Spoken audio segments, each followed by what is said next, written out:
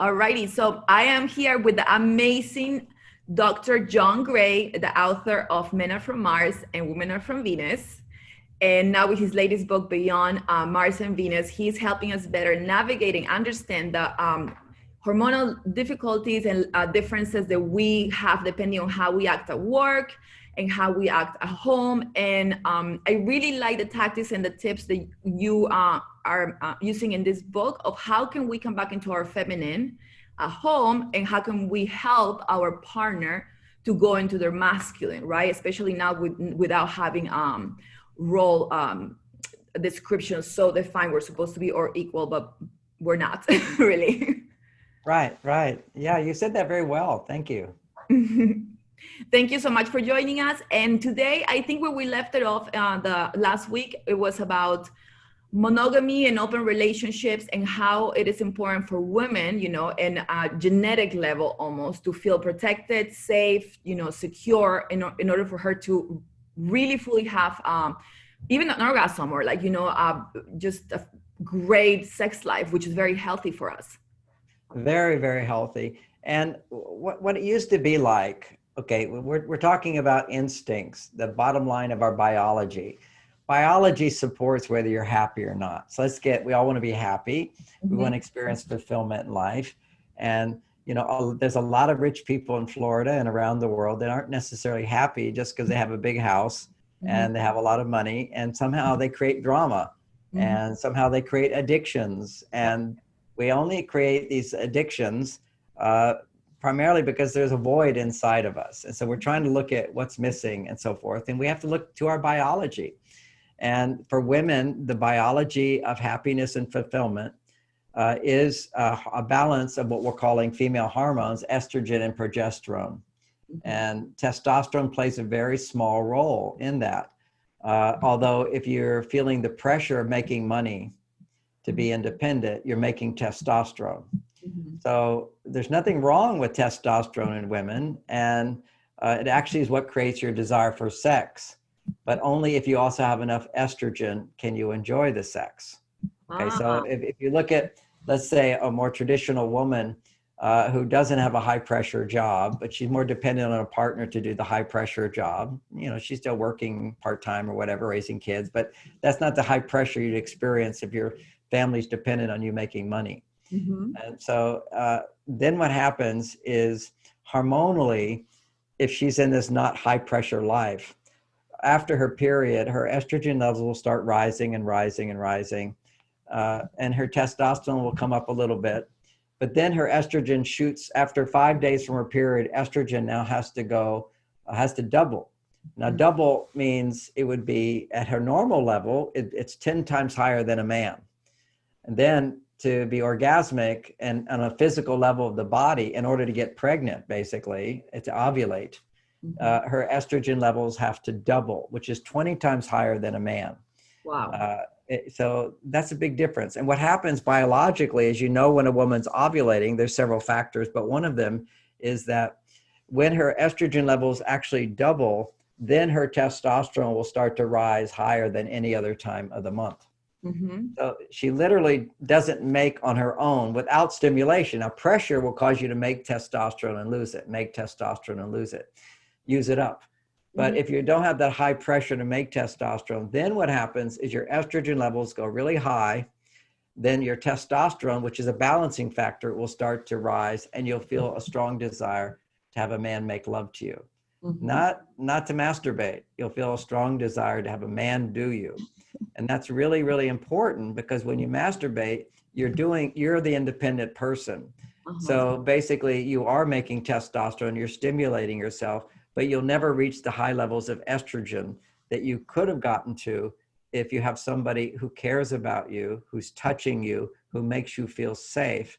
Then your estrogen to open up, you've got to open up. Sex for a man is just visiting this restaurant, but you've got a guest coming into your home.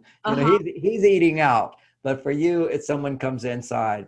And you can depersonalize sex, which a lot of women do today because they're way on their male side, and they don't even know they're missing the happiness that comes from high estrogen. This is when you become a obsessed with materialism, for example, things. And there's nothing wrong with things. I like things, but actually, They as don't I hug get at night, older, Like I said, the shoes and bags don't hug you at night. They don't cuddle you.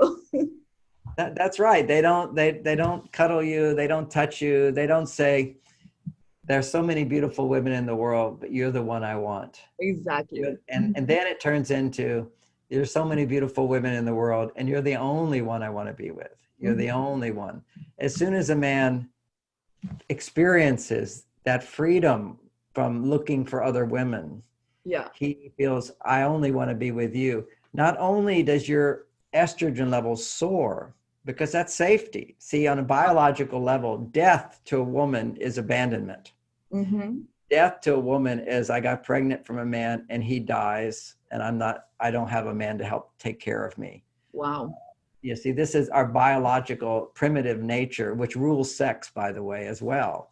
Mm-hmm. It's all from the instinctive brain, which generates the sex hormones, the steroid hormones, and all of that is instinctive. Don't have much direct control over it. All we can do is create circumstances that stimulate those hormones. So a man just can't say, I want an erection, and it happens. Okay, it doesn't go off. A woman can't just say, okay, let's have an orgasm, and it happens. Okay, it takes certain stimulation to get to those places. And it's not that we have to have that all the time. It's that although men need to have an erection every day, all those Like guys, if they're healthy. or a healthy male, has an erection every day. Doesn't mean he has to have sex every day. And it's actually unhealthy if he masturbates every day. This is another reason we have an addictive society of men, is that they don't know better. You wake up in the morning and you got this big erection, you hold it, it feels really good. And it feels even better if you masturbate. You think, I got to masturbate. No, that you're addicted to ejaculation. So men get addicted to ejaculation. And you can actually have a lot of fun with your partner on many occasions, and he doesn't ejaculate. But typically I talk to men a lot and I say, if you don't ejaculate, your testosterone will be twice as high. This is a biology truth. Okay. They did the study in Japan. I told you about it last time, but it's good to repeat. Is for a young man, it's a little different as you get older, but we don't have solid research on that. But there's a recovery period for maximum testosterone. 6 days. Every man knows that, pardon? You said 6 days, I think, the last time. Yeah, 6-day recovery period for maximum testosterone. If you recover, let's say you ejaculate on Saturday night with your partner, and then 3 days later you ejaculate again, your sex will not be as good as it was on Saturday night. If you wait 6 days between ejaculations, on the 7th day, this is for men, their testosterone levels will double. Wow. And it's magnificent. But if you're having it every day, it's kind of like eating 5 meals a day. They're not so tasty, but go for a day without eating. Starving. What is that? If you're starving, then you meal's go for a gonna day. be. If you're starving, oh my gosh, a glass of orange juice is like you just went to heaven. The nectar of the gods. But if you're drinking it all the time, you lose the interest in it. So this is what happens in relationships, is that we basically become too releasing energy all the time. And for men, what that can look like, and this women need to know this, if he ejaculates with you, there's a funny cartoon that's really quite true. Because I've been teaching this for a while, women. If you have sex with a guy before you have intimacy, meaning before you've bonded with him on an emotional level and on a conversational level. See, a lot of guys, they don't want to talk to you because as soon as you start talking, they lose their erection. Wait, what? Can you repeat this again? Have you ever noticed that if you're having sex with a guy and you start talking, he'll lose his erection? Unless definitely don't talk during sex. That's right. People don't talk during sex. Women don't talk during sex because men will lose their erection because he hasn't bonded with her intellectually. See, talking is very important. And, it's kind of like couples will start, if they're alone and they're together and they're starting to feel closer, then suddenly they stop talking because the lower instincts take over and you want to have sex. But the problem with that is he hasn't bonded with you. So once he releases the sex energy, there's nothing to make him come back to you because he's not able to have experience your voice. That's why there's so many people, like they have girls always complain to me like, oh, he slept with me and then he never called me again. But then they're sleeping in a very casual environment. Why is he going to call you again? You know what I Why is he mean? gonna There's come? no attachment. There's actually, see, there wasn't a bonding in the mind and the heart. When you bond sexually, you're a man. It's literally like, and you ejaculate, there's nothing left to be attracted to you. Men have this 6-day recovery period. Mm-hmm. Okay, so basically, he has no interest in you sexually to a certain extent. Yep. At least not that super interest he had in the beginning. It goes away. Yeah. Now, if he has a heartfelt connection and a mind connection, he's still connected to you. He thinks about you. He wants to be with you, whatever. But if you don't have that connection, the only connection is sex. As soon as it's depleted, he has no interest in you. But today's men will immediately, because they're addicted to ejaculation, they'll see some porn and masturbate, or they'll see another woman when if he has basically this addiction to ejaculation. He finished with you, so he's not interested with ejaculating with you. He's going to see that girl over there, and suddenly she looks more attractive. Then he ejaculates with her, and he leaves her, and he's bouncing around. A lot of these guys just bouncing from one woman to another, and after 6 or 8 days, he's now bouncing back to you, and of course you're mad at him, but he'll bounce away. And then you get these men who are 45, never been married, and they come to me and they say, I just can't, I don't know what's wrong. I can't sustain attraction to one woman. They all look so good, and then they don't look good. Complex. It generates ambivalence inside of a man.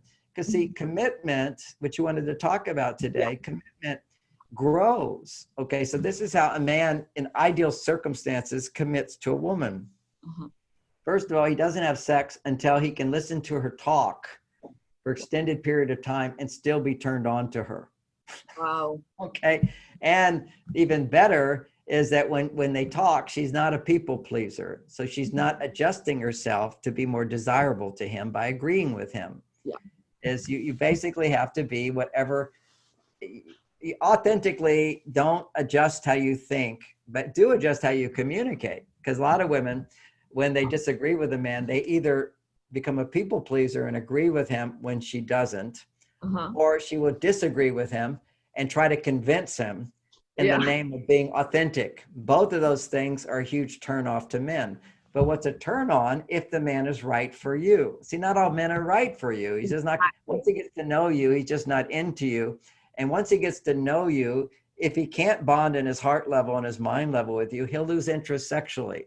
But what happens is what women will do, let's say a man even had the potential to bond with you, but you have sex first, but no time in the head and the heart, then he'll disconnect from you. He literally pulls away.